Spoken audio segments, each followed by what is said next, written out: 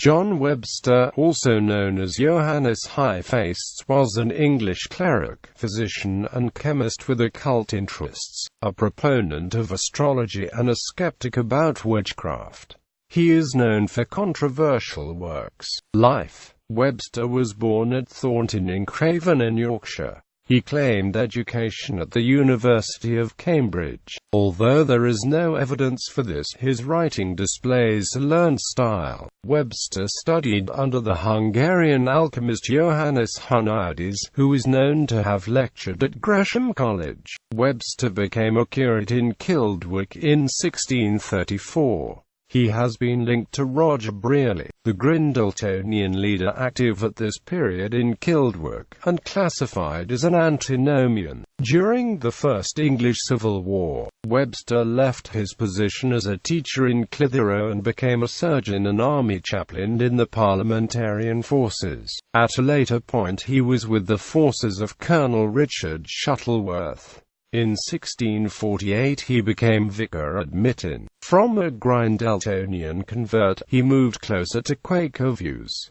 He has been called a seeker. Webster preached with William Earbury on 12 October 1653 in a dispute with two London ministers at All Hallows, Lombard Street. Disorder resulted after Earbury took a particularly aggressive line against the established clergy. Webster had preached at All Hallows in 1652, and in the late 1650s Webster was again in Clitheroe.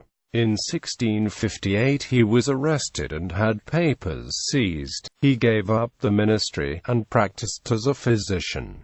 He died at Clitheroe. Works on education. In the Saint's Guide he rejected the worldly wisdom taught in schools as of no spiritual value. He made the case against any kind of university-educated clergy. Austin Woolrich considers this pamphlet, dated April 1653, was probably a response to the dissolution of the Rump Parliament. The Academiarum Examen of 1654 made detailed proposals for the reform of the university curriculum. It was dedicated to General John Lambert, a highly placed officer of the new model army. While arguing as a Baconian, Webster wanted to combine ideas from the experimental philosophy of the time with those of astrology and alchemy. Webster was interested in some of the ideas of Comenius, for example the idea of a real character. He connected this with Egyptian hieroglyphs. Behind this is the conception of an Adamic language, and the recovery of Adam's knowledge from before the fall. He also advocated for the teaching of the works of Robert Fludd, and others such as Paracelsus. He was satisfied with neither the theological nor the medical training on offer. When the Royal Society was set up after the Restoration, Webster welcomed it.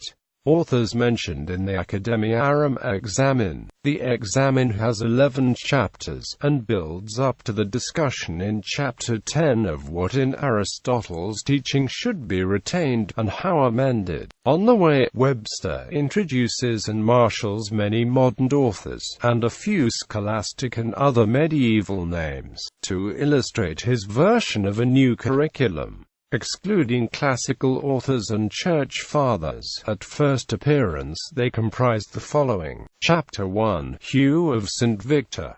Chapter 2, Descartes, Nicholas of Cusa, Francis Bacon. Chapter 3, John D. Comenius, Joseph Webb, John Brinsley, William Orchard, Aragon, Trithemius, Giambattista Porta, Cornelius Agrippa, Claramuel, Gustavus Silenus, Roger Bacon, Kenelm Digby, Jacob Boehme. Chapter 4, Pierre Gassendi, Justus Lipsius, Johann Baptist van Helmont, Nicholas Hill, Ramon Lull, Paulus Schalachius, Ficino. Chapter 5, John Napier, Henry Briggs, Galileo, Christoph Scheiner, Aguillonius, Hevelius, Thomas White, Tycho Brahe, Copernicus, Kepler, Nathaniel Carpenter, Pico della Mirandola, Elias Ashmole, William Lilly, John Booker, Sanders, Nicholas Culpeper, Arboldus Marcus Marci, Baptista Benedictus. Chapter 6, Benoit, Thomas Aquinas, Duns Scotus, Albertus Magnus, Gregorius, Durandus, Harvius, Marinius, Aliacensis, Trismegistus, Geber, Arnoldus de Villanova, Basilius Valentinus, Johann Isaac Hollandus, Paracelsus, William Harvey, Robert Flood, Crolius Quercetan, William Gilbert, Mark Ridley, William Barlow, Cabeus, Athanasius Kircher, Magnus Regius, Vasilides Holwider. Chapter 7. Thomas Campanella, Lambertus Danius, Jean Bodin, Machiavelli, Thomas Hobbes. Chapter 8. Erasmus, Luther, Ramus. Chapter 9. Borealdus. Chapter 10. Franciscus Patricius, Talesius Melanchthon. According to Francis Yates, Controversy over the Academiarum Examen, a reply from the Oxford academic Seth Ward and John Wilkins. In Vendicia e Academiarum was used by them as an opportunity to defend a more moderate program of updating, partly put in place already. Ward and Wilkins put the case that Webster was ignorant of recent changes, and inconsistent in championing both Bacon and Flood, whose methods were incompatible. Wilkins suggested Webster might be well matched with Alexander Ross. Ross was a most conservative supporter of Aristotle, who with Galen was Webster's main target in the classical authorities, and Wilkins had defended the Copernican system against Ross in a long controversy running from the late 1630s to the mid-1640s. Ward and Wilkins used the same publication to argue against others who had been attacking the old universities of Cambridge and Oxford. Other opponents of the examen were Thomas Hall and George Wither. The long-running Hobbes-Wallace controversy was a byproduct of this debate. It has also been taken as symptomatic of a developing split separating on academic issues the circle of Samuel Hartlib, close in views and sympathies to Webster, for those in the universities who in religious terms would be allies, on the issues of practical applications, and also the status of astrology, chemistry after Paracelsus and Van Helmont, and Pansophism. Other works. He edited William Erbury's works and wrote his biography in 1658 as the testimony of William Erbury.